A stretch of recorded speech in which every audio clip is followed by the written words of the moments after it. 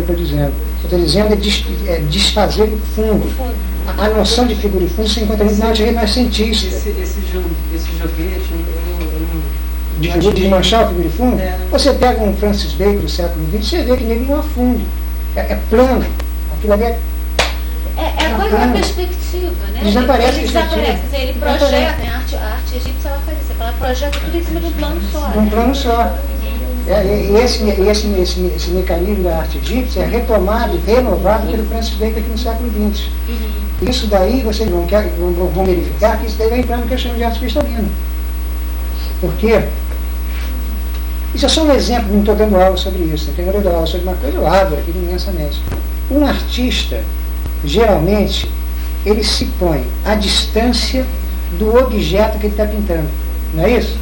Ele é o artista, o objeto que ele está pintando está distante dele e ele vai pintando esse objeto. O artista chama-se o representante, o objeto chama-se representado, a conjunção dos dois chama-se representação. E vocês notem que nós, os espectadores, temos a mesma posição de quem? Do artista. Nós estamos em uma distância com o objeto pintado. O que os egípcios fazem é destruir o representante e o representado à distância. Juntos, você tem que estar no meio da coisa. Ele tira o ponto de vista. Tira o ponto de vista. Mas o ponto de vista é uma invenção renascentista. Renascentista, ele rompe com isso. Mas a arte medieval também é essa. Mas ele rompe com isso, filha. Ele rompe com a Renascença. A Renascença toda. Ele vai criar uma arte que se chama... Porque, veja bem, as artes são divididas classicamente em que? Manuais, artes óticas. Manual e ótica. A manual é a arte renascentista. Você usa as mãos como modelo de compreensão daquela arte. Você usa a mão para fazer aquela arte. Não vou explicar isso agora porque cansaria. E a arte ótica é exatamente essa arte que eu dei o exemplo agora. O artista fica aqui, o objeto fica ali, o artista... Né? A arte egípcia chama arte áptica. Áptica. Vem de apitô, que é grego, tocar. Então é uma arte em que você não se distancia do objeto, você se mistura com o objeto. Há uma mistura de você com o objeto. Isso é cristalino. Foi muito difícil que eu falei? Já não se tenta isso no teatro? Os happenings. Como é que é essa? Não se tenta uma prática, já não se tenta fazer isso no teatro, em que traz os personagens, os espectadores para dentro do palco. Já não tem isso? Isso já ocorre. Eu não vou dizer que ocorre isso, por exemplo, na arte do Roberto Wilson, ou na arte do Cantor, no teatro desses, mas eles não fazem isso. É por quê? Porque cada arte tem o seu próprio cristalino. O cristalino que eu trouxe aqui de presente foi o cristalino da arte pictórica. Se há um cristalino teatral, não é esse. Não sei se você entendeu. Se há um cristalino de cinema, não é esse. A arte, porque nós estamos acostumados a pensar arte em termos de a arte. Isso é uma artolice. Nós temos que pensar arte musical, arte pictórica, arte de dança, arte não sei o quê. As artes são práticas e concretas. Então, sim, há um cristalino pictórico, há um cristalino teatral, as tentativas no século XX são feitas pelo Bob Wilson, são feitas por esse menino, o Cantor, de alguma maneira, esse menino aqui do Brasil, o nome dele, ele, né, dizem que ele imita muito, eu nem discuti essa questão, né? Ele tenta alguma coisa diferente, né? A gente tem que verificar. Então nós vamos chegar a um momento que nós vamos discutir teatro, vamos discutir cinema, né? Vamos ver isso. Eu só quis citar o pictórico, porque o pictórico está ligado ao arquitetônico e me parece que foi essa questão que ela fez. Tem alguma coisa a ver com a arte conceitual? Não. Olha, eu escrevi um texto para apresentação de um grupo de conferências que os alunos meus estão se fazendo. O texto de apresentação, em 2 frases eu mostro o que é arte conceitual. Se tivesse o texto aí, eu mostro exatamente a diferença do que seria a arte conceitual. Como é seu nome? Você é meu aluno aí? Não, é a primeira vez que eu estou aqui. Vai ser meu aluno? Espero. Se você vai ser meu aluno, você espera que essa diferença eu faça na frente. Não hoje, porque se eu fizer essa diferença hoje, eu entro nisso e a gente não sai mais disso. Porque é muito apaixonante, eu teria que explicar o Hume. Sem o Hume vocês não compreenderiam. O Hume é um filósofo duro, fechado, e só uma abertura muito poderosa dele levaria ao entendimento. Tenho certeza que leva ao entendimento. Então, promessa, já viu? Marca. Aí que marca as coisas para mim. O começo da aula que vem vai ser a distinção entre arte conceitual e arte não conceitual. Tá? Ria Hume, vai. Eu queria só te dar um exemplo, assim, para você até me esclarecer melhor. O Herschel, aquele finlandês que tem aquelas coisas, tipo a torre que tem Herschel. Isso, esqueci o nome. Eu fui no Mão ver e tal. Tem a torre onde os caras, eles sobem e descem. Escada que você vai subir. Sobe e desce ao mesmo tempo, aquelas coisas. Quer dizer, ele trabalha... Uma coisa você sabe, Ricardo, uma coisa você sabe. O Escher promove nas artes figurais nitidamente o paradoxo, concorda? Pronto, você parte daí, filho. O paradoxo pode estar no interior do orgânico? Não, nunca. O orgânico rejeita o paradoxo. Se por acaso o Escher só tivesse como espectadores da obra dele o povo de Macaé, onde eu nasci, ele não responde. Isso aqui é orgânico. É preciso que alguns que romperam com o orgânico aceitem o Escher. Entendeu?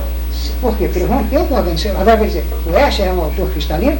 Eu posso falar que ele rompe com o orgânico, porque o paradoxo não pertence ao orgânico. Entendeu? Nitidamente, ele tem até aquela torre de Babel, que é um plongé como eu nunca vi na minha vida. Nunca vi, não pode plongé, digo. É um mergulho, né? Um mergulho, nunca vi daquilo na minha vida. Tão bonito como aquele canto de plongé. Nenhum cinema fez aquilo. E aquilo necessita de um paradoxo. Logo ele rompe com o cristalino. Só para fechar essa questão da história, só para a arte renascentista, ela tem essa coisa da perspectiva. A perspectiva tem a ver com o ponto de vista tem a ver com a subjetividade tem a ver com o orgânico. Mas melhor ainda, tem a ver com forma e forma. Certo. Figura e fundo. Figura e fundo. Você parte da noção de figura e fundo, que é bastante você começar a entender quando eu for fazer a distinção do renascentista e do barroco. Tá, mas eu estou aí querendo ver se Ciro consigo inserir o conceito do subjetivo com o orgânico. Quer dizer, a presença de um ponto de vista significa que há uma subjetividade. Não usa subjetividade, não, você usa psicológico. Usa aí, psicológico e orgânico. Tá. Onde há orgânico, há necessariamente o psicológico. Onde há o psicológico, há necessariamente o orgânico. Você entendeu? Quando eu falo orgânico, é uma espécie de economia de palavras. Realmente não é orgânico, é psico-orgânico. Onde está o orgânico, está? E onde está o psicológico, está o orgânico. Tá certo? Agora, a palavra subjetiva é deficiente. Por quê? Porque no uso transcendente das faculdades, há uma subjetividade, não orgânica. Então vamos lá. Então, vamos lá. O cristalino e o orgânico.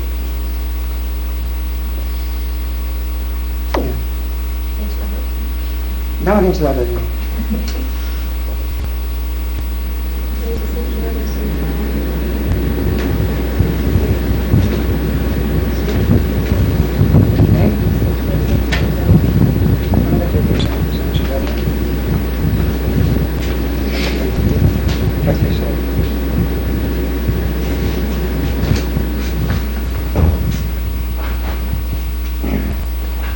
No século, acredito que 4 ou 5 depois de Cristo, um grupo de filósofos chamados neoplatônicos, onde tem um chefe de escola com o nome de Plotino, que vai escrever uma obra chamada Enéadas. São 100 obras, 6 obras, 6 livros, cada livro contendo 9 tratados. Então são quantos tratados? 9 vezes 6? 54 tratados. Na Enéada 3, terceira, tratado 8, aparece um capítulo com o título O Uno, a Contemplação e não sei o quê. Não importa o Uno, não importa se não sei o quê. Não importa a contemplação. E de repente, esse autor, chamado Plotino, começa a fazer um trabalho sobre a contemplação, sobre essa figura chamada contemplação, e é um trabalho tão violento que eu posso até afirmar que os séculos não souberam adotá-lo. Ele passou quase que escondido, a não ser por filósofos notáveis que foram seguindo aquilo que o Plotino havia dito na Enéada terceira tratado. Esses filósofos são Hume, Nietzsche, Bergson, Spinoza, etc., eles foram atravessando essa questão. Contemplação, em grego, quer dizer teoria. Literalmente. Olha, o senhor é um teórico, o senhor é um contemplativo. Certo? Então ele pega essa noção de contemplação, e essa noção de contemplação se origina no pai teórico dele, que se chama Platão. Então, se há essa noção de contemplação no Plotino, essa noção de contemplação se originou, a pessoa não está dando atenção, né? Essas coisas informativas eu nunca volto. Eu só volto a questão de pensamento. Então, isso se origina em Platão. A noção de contemplação. Eu não vou dar hoje como Platão trabalhou em contemplação. Eu apenas vou dizer que Platão trabalhou em 3 tipos de contemplação: científica, religiosa e filosófica. Mas eu não vou dar importância a isso. Mas as 3 tipos que Platão trabalha de contemplação são 3 tipos orgânicos, logo humanos. Científica, religiosa e filosófica. Agora, quando chega em Plotino, o que ele fala de contemplação é assustador. Assustador. Olha que coisa interessante. Preste atenção. Olha aquelas plantas ali, quem puder olhar. São verdes. As plantas são verdes. Vocês já viram rosas? São coloridas. As flores. Diz nome de flores. Margaridas. Tulipas. As formas da tulipa. A textura do corpo da flor. A cor da flor. O aroma da flor. Não é isso? Quando vocês pegam um pintor orgânico, o que ele faz? Ele se distancia da tulipa e coloca a tela dele aqui e pinta o quê? A tulipa na tela dele. A tulipa é o representante, a tulipa no quadro é o representante, a tulipa real é representada, o conjunto é a representação. O espectador, quando entra diante de uma tulipa, ele se torna um representante e observa um representado e nasce através do esquema da representação. Mas será que o importante nas tulipas, nas rosas, nas plantas verdes, é o que elas são ou as forças que a produziram?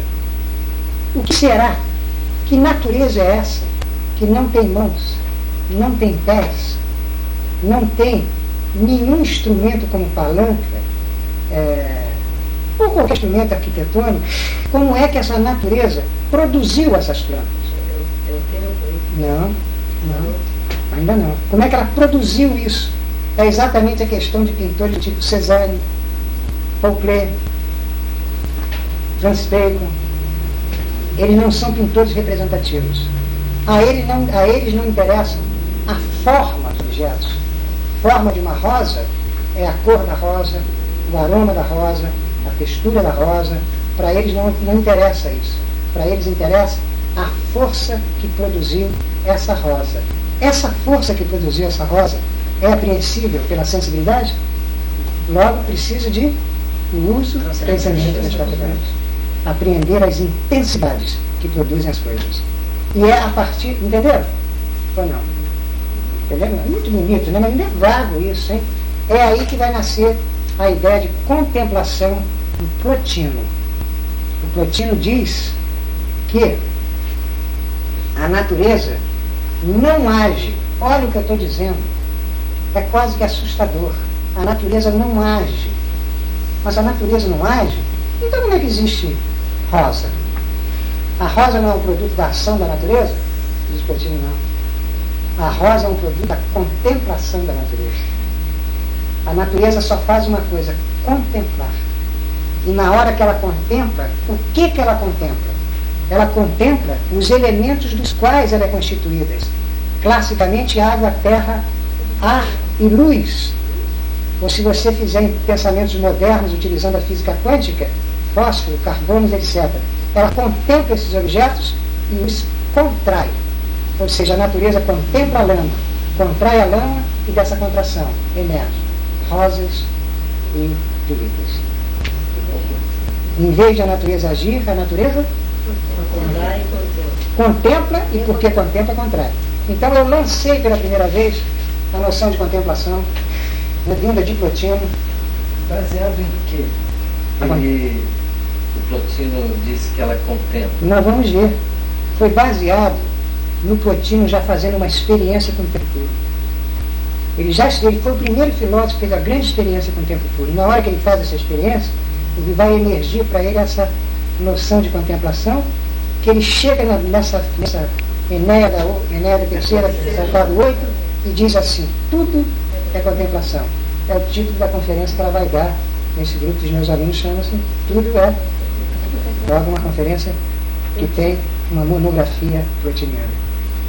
Entenderam? Então, o Plotino vai introduzir essa noção de contemplação que nós vamos trabalhar, não hoje, ainda mais porque hoje está cansado. Vamos entrar na... Aí, ó, como é que eu falei mesmo? Está falando da contemplação do Plotino. Contemplação? Essa contemplação, que vai ser um espetáculo para nós, é que vai permitir que nós entendamos o que é o cristalino, o uso transcendente das faculdades e assim por diante. Então, o que nós temos que marcar, e aqui já há uma marca, né? Quem estudou comigo assim na universidade, esse aqui estudou, aquele dali estudou, ele sabe como é que eu trabalho. Isso daqui é uma marca que eu estou fazendo. Para se chegar à compreensão da contemplação plotiniana, nós temos que compreender a contemplação platônica e distinguir uma contemplação orgânica e uma contemplação cristalina. Então essa questão da contemplação platônica e cristalina, na aula que vem. Eu vou começar a montar para você o problema da contemplação. Então a aula que vem vai ser... Aqui que ele perguntou mesmo que eu mandei marcar, rimo. Da arte conceitual. Que está na mesma questão. Então a aula que vem vai ser toda em torno da contemplação. Da mesma forma que essa aula foi uma tentativa, um sobrevoo que eu fiz nas questões relativas ao tempo puro. Eu vou dar uma paradinha outra vez, que eu estou ruim mesmo. Que pena, né?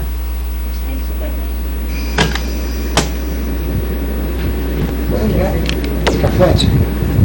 Gerou-se uma possibilidade, nós pensamos que se chama biologia molecular. E o biólogo molecular, ele pensa em termos de fósforo, azoto, carbonos, que são elementos atômicos, formadores de moléculas, e aí que eles pensam assim. Os antigos não tinham a física quântica, eles pensavam em 4 elementos: água, terra, fogo e ar. Então olha que coisa interessante. Joga uma semente de rosa na terra. Joga ela na terra. E dessa semente vai nascer o quê? Uma roseira. Como? Essa rosa, essa semente, vai transformar aquela lama que a cerca em textura de rosa, aroma de rosa, forma de rosa. Mas aquela semente não tem braços. Ela faz isso por compensação. Hein? Não é uma linguagem. Não, se nós reduzíssemos a uma linguagem, no começo dessa aula, nós estaríamos reduzindo a semente a um ser racional. Não sei se você entendeu. Entendeu? Ela não é racional. Ela não tem nada a ver com a racionalidade. O ADN tem um código, uma linguagem. Certo. Ele não é um ser racional.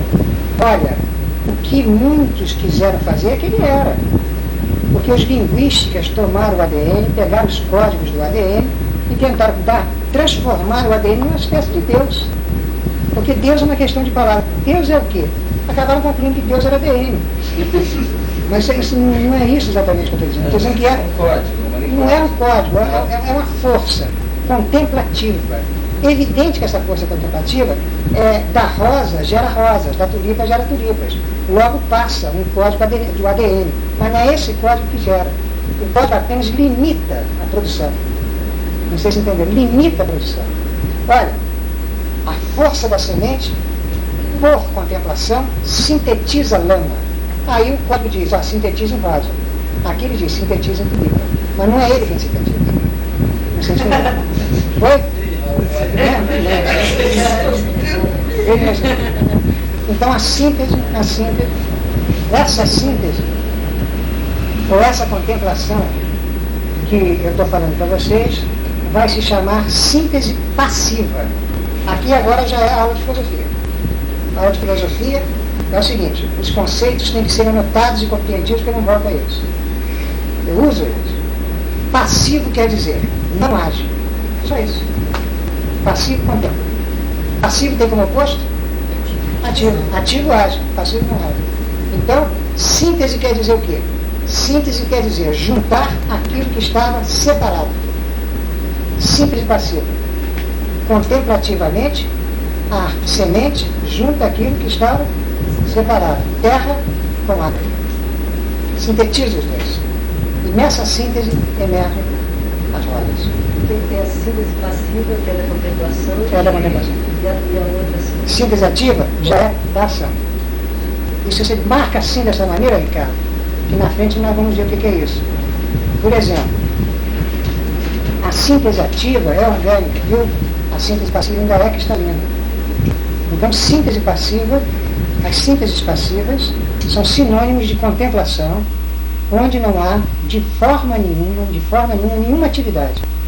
Nenhuma atividade. É como se fosse um Deus cansado, um Deus fatigado, que bocejasse, e ao bocejar, nascessem rosas. Que beleza. O que mostra a tese do Nietzsche.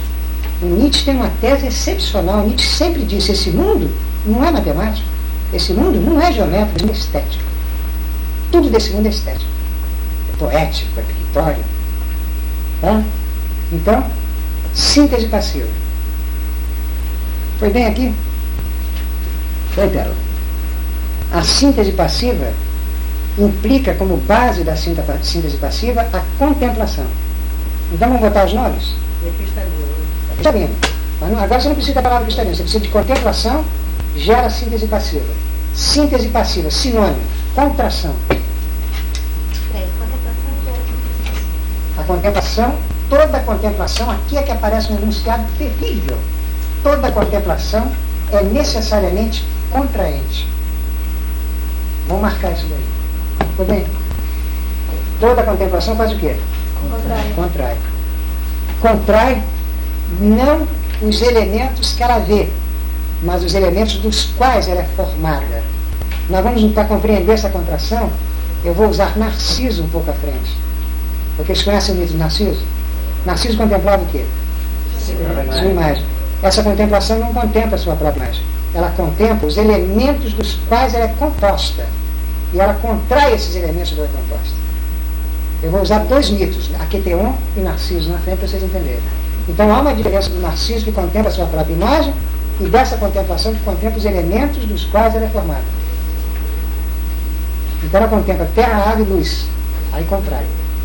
Aí emerge a rosa. Foi bem assim? Deixa eu não dar mais um café. Essa contemplação chama-se síntese passiva. A noção de síntese passiva já não é do Plotino. Essa noção de síntese passiva, ela já pertence aos seguidores do Plotino. Seguidores do Plotino. Por exemplo, Hume. Um britânico. Mas eu posso dizer também com tranquilidade que no século XX, Bergson já também é síntese passiva. Síntese passiva é contraente. Vocês estão entendendo? A síntese passiva é contraente. E agora, como eu disse para vocês, é um plano final de aula, que é um plano integralmente filosófico. Eu vou ter que forçar os conceitos. Necessariamente vou forçar os conceitos. Não vou precisar que você, eu já entendi tudo. Não, nada disso. Eu preciso que vocês tenham uma noção para que na próxima aula eu possa fazer mais força com isso daqui. Então, os primeiros elementos que vão aparecer para o pensamento são contração, não é contração, é contemplação, mas onde houver contemplação, preste atenção, onde houver contemplação, necessariamente existe um eu que contempla. Olha como é que as coisas começam a ficar difíceis. Onde houver contemplação, existe um eu que contempla. Então eu estou dizendo para vocês uma doutrina que daqui a uns 3 ou 4 meses nós vamos ter um teórico brilhante sobre essa doutrina chamado Alexandre. Ele vou introduzir ele nessa doutrina, chama-se animismo. Os animistas, animismo vem da palavra ânimos, que quer dizer alma.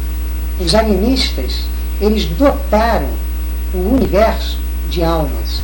Eles dizem que tudo que existe é penetrado de múltiplas almas. Então, por exemplo, um rochedo. O que tem dentro do rochedo para os animistas? Múltiplas almas. Então, para eles, esse universo é dotado de uma matéria e dentro dessa matéria, infinitas almas. E o que essas almas fazem? Contemplam. São pequeninas almas contemplando. Para nós, isso daqui, para o senso comum, para o homem orgânico, isso daqui não passa. O homem orgânico se assusta com isso. Então ele começa a dizer que tudo que você encontrar estaria povoado dessas pequenas almas que são os eus que contemplam. Essa doutrina chama-se animismo. Marca, na próxima aula eu vou fortalecer a doutrina do animismo. Então, esses eus que contemplam, o que eles fazem? Eles contemplam e contraem. Eles, ao contemplar e contrair, eles vão fundar o universo psico-orgânico. Como é difícil isso, né? Como é chocante e violento isso daqui. Porque em vez de você dizer que o psico-organismo, ou o organismo mais o psiquismo, teria um Deus transcendente que produziria, nada disso. Tudo emerge nesse mundo dentro de um plano de imanência. Ou seja, esses pequeninos eus que contemplam, contraem e constituem o universo psico-orgânico. Se vocês quiserem saber o que é o psico-orgânico, é muito fácil. Porque quando você pega um organismo, você vai ver que o organismo é feito de dobras. São centenas de dobras. Se você abrir aqui o nosso estômago, quebrar as dobras que ele tem, ele é muito mais extenso que o nosso corpo. Imensamente mais extenso que o nosso corpo. Porque o que esse eu contemplativo faz é produzir as dobras. Vocês entenderam? As dobras. O universo antes dessa contemplação é um universo elástico. Quando o contemplador contempla, ele se transforma num universo plástico. Ele vai contraindo tudo vai se contraindo. E vai nascendo a vida orgânica. A vida orgânica. Porque esse pequenino eu já é uma vida, mas uma vida não orgânica. Uma vida cristalina. O nosso grande horror é acreditar que o organismo explica a vida. Não explica, prende a vida. Então essa tese é terrível. A potência não orgânica da vida são os pequeninos eus. Foi bem aqui. E marcar isso que eu estou dizendo. Isso não pode ser para a próxima aula, não. O organismo que nós consideramos que é a fonte da vida, eu estou dizendo o quê? Que o organismo prende a vida. Toda a obra do Arthur, todo o sofrimento do Arthur, que o Rubens Correia não entendeu, pensava que o Arthur dava grito, porque, não, nada disso, o Arthur dava grito porque ele não podia pensar. Porque ele queria mostrar pelo pensamento que a potência não orgânica da vida é que devia passar. E nós, os humanos, só damos importância ao organismo e com isso prendemos as forças fundamentais da vida que são não orgânicas. Então, estou explicando para vocês que esse eu contemplativo, contraente, ele faz nascer o organismo, embora ele próprio não seja orgânico. O que vocês acharam? Certo? Esse eu não... Olha, eu acho que eu vou terminar, porque eu já estou muito sem ar. A aula foi muito bonita, muito rica, muito bonita. Esse eu, que eu disse, contraente, contemplativo, ele é questão pura. Tudo dele é questão. Agora, quando nasce o psico-orgânico, tudo no psico-orgânico é problema. Então nós temos no cristalino a questão, no orgânico o problema. Certo? Então nós vamos entrar. Aqui eu começo a mostrar a vocês o projeto matemático da vida. Porque o problema, da mesma forma que eu expliquei para você que causa e efeito é um ser físico, o problema é um ser matemático. Mas esse ser matemático nós podemos transportá-los para as questões existenciais. Por isso que o Sartre, por exemplo, ele falava em problemas propriamente existenciais. Chama-se o deslocamento de uma entidade ou de uma potência, de um domínio, no caso, o problema é uma entidade, uma potência matemática, se transforma para questões existenciais. E as questões existenciais são marcadas de problemas. Então, a figura que eu marquei para vocês foi o eu, contemplante e contraente, questiona, e o orgânico problematiza. Marquem isso, porque na aula que vem, marca eu com questão e problema contra necessidade. Ponto final. Pode perguntar, né? Seria o minimalismo? Hein?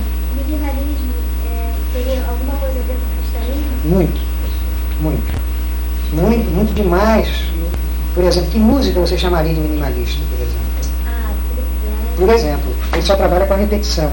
Ele é aquele menino chamado Reich, mas o Philip Glass, né? Sobretudo o Philip Glass da década de 70, né? Que é excepcional, só trabalha com a repetição. A repetição é fundamentalmente cristalina. Isso é marca. Hein? Olha, ela tenta.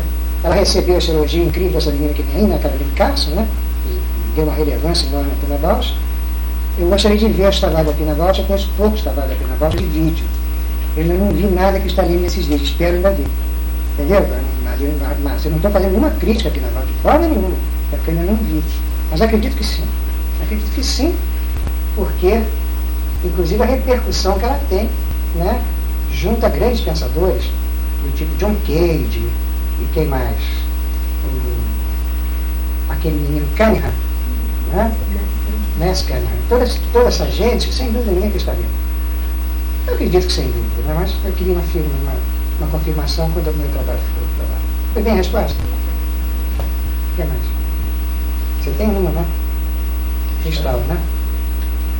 As aulas do Cristal, uma hora dessa, vocês vão ouvir Dudu me substituindo aqui, Dudu me substituindo aqui e falando sobre Cristal. Você não tem isso. Aí vocês vão ficar entusiasmados. Você vai, Dudu fala, também quero falar. Aí o negócio começa a crescer. Não é, Dudu? Então tá bom. Se vocês têm mais perguntas, se não tem, eu vou zerar. Tá bom? Ricardo? Então, o orgânico vai nascer do exterior. Nasce. A presença desses pequenos eu. Na verdade, do tempo puro, gera-se o psico-orgânico. É a melhor maneira de botar. Eu vou lá para fora da. Viu? Tem uma cadeira aí fora? Tem. Não é cadeira? Então subiram?